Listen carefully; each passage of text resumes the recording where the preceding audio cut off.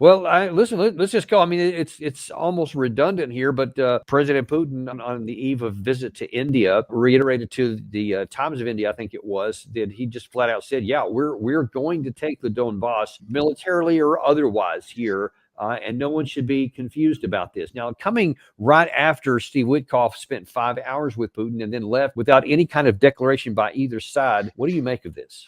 Well, it's interesting just reading the statements from Usakov and others on their reactions to this long conference. Apparently, it went late into the evening. No formal conclusions. I think they're still in the kind of understanding phase.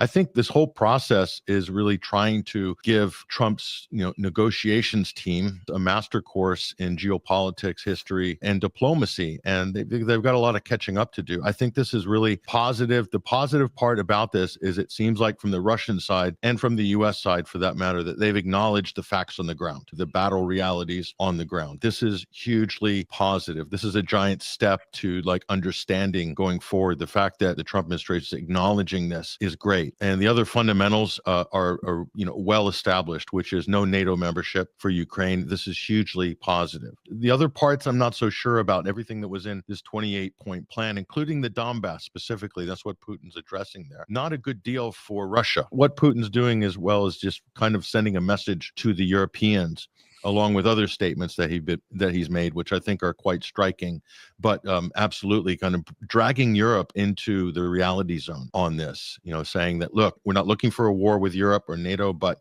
if they intend on starting one or launching preemptive strikes, as the Italian military official intimated, then Russia is certainly ready to respond. And he said that response will be swift, and he thinks that, well, it's not going to last very long. Let's just put it that way, is the messaging, the signaling from Moscow on that.